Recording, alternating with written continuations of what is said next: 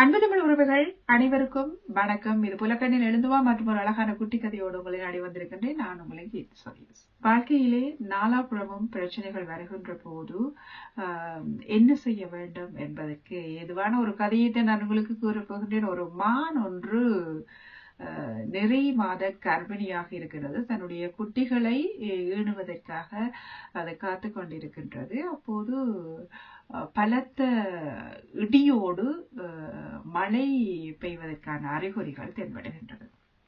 நம்ம எல்லோருக்கும் தெரியும், இடி இடிக்கின்ற போது பலத்த மின்னல் ஏற்பட்டு அந்த மின்னல் தாக்கத்தினால் அந்த காடு தீப்பற்றி எரிகின்றது.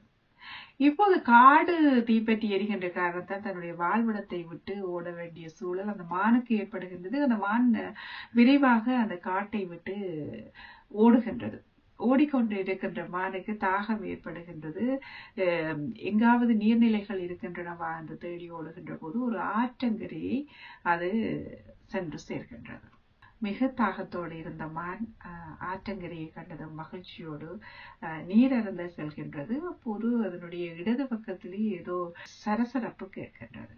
என்ன சத்தம் என்று மான் பார்க்கின்றது. அப்போது அந்த மானை குறிவைத்தபடி ஒரு வேடன் அங்கே காத்து கொண்டிருந்தான்.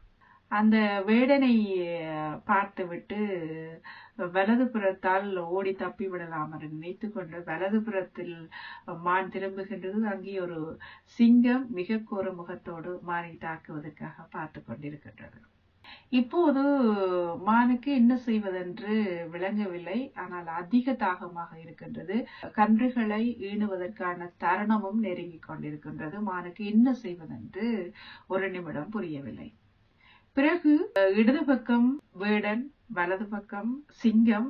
காட்டுப்பகுதிக்கு செல்வதாக இருந்தால் அங்கே காடு தீப்பற்றி எரிக்கின்றது. சரி, ஆற்றை கடந்து சென்று விடலாம் என்று சிந்தித்தால் ஆறு மிக மிக ஆழமாக இருக்கின்றது. அது மட்டுமல்லாமல் அங்கே ஏராளமான முதலைகளும் இருக்கின்றன.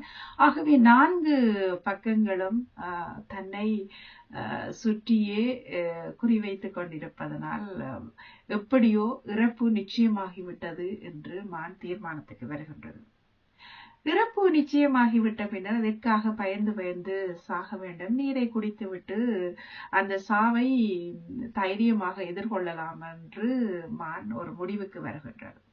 மிக மெதுவாக தன்னுடைய தாகத்தை தீர்த்துக் கொள்வதற்காக நீரை அருந்த துவங்குகின்றது. அப்போது வேடன் தன்னுடைய அம்பை எய்வதற்கு வில்லை ஏந்தி மானை நோக்கி அம்பை எய்துகின்ற தருணத்தில் ஒரு பலத்த மின்னல் வானத்திலிருந்து பூமியை நோக்கி தாக்குகின்றது. அந்த மின்னலினால் சற்று கவனக்குறைவு ஏற்பட்டு அவனுடைய அம்பு அவனுடைய இலக்கை தாண்டி செல்கின்றது. அதனால் அந்த அம்பு மானை தாக்காமல் நேரடியாக சென்று சிங்கத்தை தாக்கி விடுகின்றது. அம்பால் தாக்கப்பட்ட சிங்கம் மிக கோபமடைந்து வேடனை துரத்த தொடங்கியது. அந்த தருணம் பார்த்து மழை சோவென்று பெய்ய தொடங்கியது. மழை பெய்த காரணத்தால் காட்டு தீ அணைந்து காடு மீண்டும் அமைதி கொண்டது. மான் மகிழ்ச்சியோடு நீரை அருந்திவிட்டு தன்னுடைய காட்டு பகுதிக்கு சென்று தன்னுடைய குட்டிகளை ஈன்று மகிழ்ச்சியோடு வாழத் தொடங்கியது.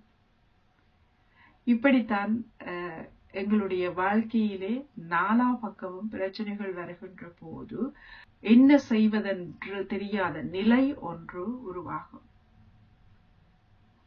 அந்த பிரச்சனைகளை கண்டு ஒதுங்குவதை விட அவற்றை மிக தைரியமாக எதிர்கொண்டு வாழ்வது மிக முக்கியமானது.